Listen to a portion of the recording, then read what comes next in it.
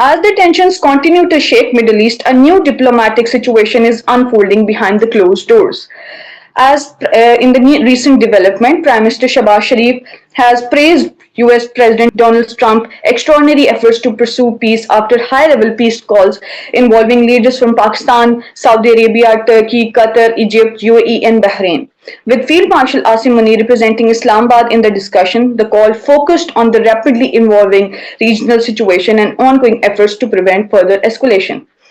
I'm Ammara Zaheer and welcome back to another episode of PIPS Talks. In this episode, we break down the diplomacy, power politics, and Pakistan's growing role on the global stage. We have today with us Mohammed Amir Rana, who is a political economy and a security expert. My first question to you, sir, is how do you see the efforts of Field Marshal Asim Munir contributing to the peace efforts between US and Iran? Amara, you might have seen the few Western media reports, and they're praising Field Marshal Asim Munir for making the efforts breaking this deal between Iran and the US. No doubt the credit goes to him, and I think the credit goes to the whole Pakistan nation, and especially with the Foreign Office and the Prime Minister Office, the Prime Minister himself. So this was a collective effort. And of course, the leader get more credit in certain conditions. So why the FM Field Marshal Asim Munir is getting more credit by Western media. But let's see how the process will proceed. So far, there's a good news coming both from Washington and Tehran. And it seems that maybe during this week, these negotiation will start again, and they will reach on a concrete deal. So apparently, signs are good, and first time we have seen that the chemistry of Washington and Tehran has started matching. And one important thing that the Marco Rubio is in Delhi today, and this is very significant visit, and he been asked by the Indian media about this Iran US deal and Pakistan role in it, and he said that India has no objection on this negotiation, the Pakistan's role in this process. So this was somehow also one of the indication that Marco Rubio visit, of course, was scheduled before, but he is right at the moment when the talks, the final round is expected anytime soon. He is in Delhi. So this is also very important. I think the indication that US and Iran have reached something very, very, very close to each other, and we can anticipate something very soon. Okay, sir, thank you. So, sir, the next important question that comes to our minds that is it possible that Netanyahu will sabotage or complicate the deal?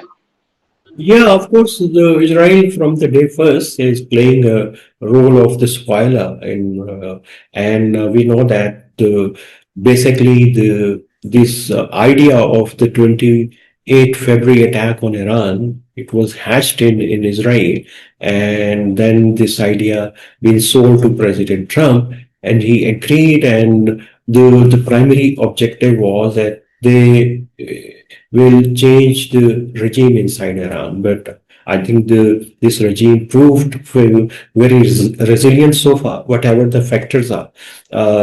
And it's a bit frustrating for the Israel, despite the killing, assassinating the top leader of Iran, including Khamenei and IRGC commander, the scientists. So they eliminated of almost all top leadership of Iran, their armed forces. And even then, the resilience is remarkable. And Iran had tried each and everything to balance in kinetic domain with the US, with Israel, and with rest of the Middle East.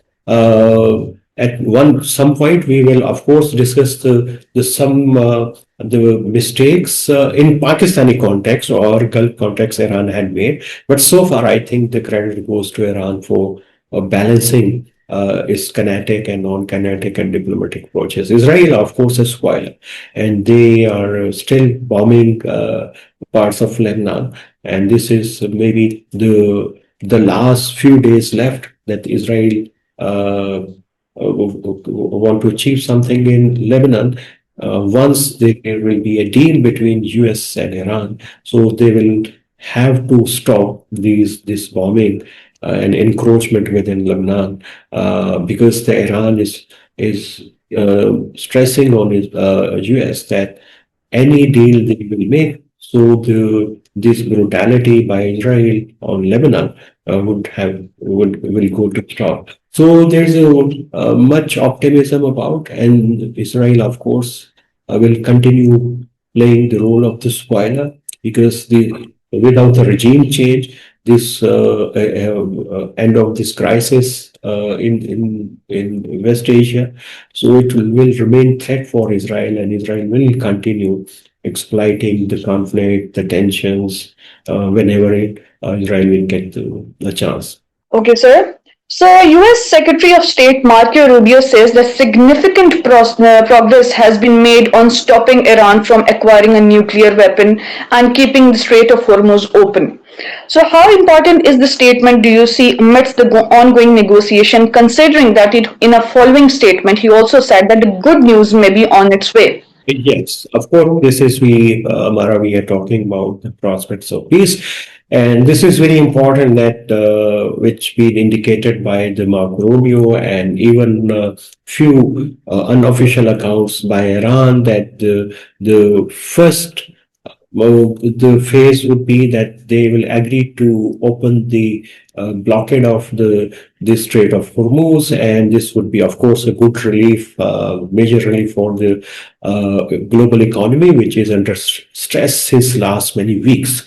About this nuclear negotiation, this is also a very important that they will start the new phase of the talks. So this will be a very critical and important phase of the talks, and it will continue maybe unless they will reach on any agreeable formula. It may take few months, maybe years, as it happened even in the past when the Oman was facilitated the talks between US and Iran on this nuclear program and uranium enrichment. It had took more than 3 years.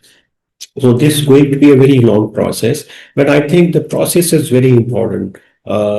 And how long it will go, I think then the both sides know the not only the point of view, the chemistries, and maybe the certain agreements emerge on other areas as well. So this is always the advantage of the talks, negotiation, dialogue. When you sit together, you discuss one issue, oh, the plenty of other issues also arise, and I think this is would be a very positive development.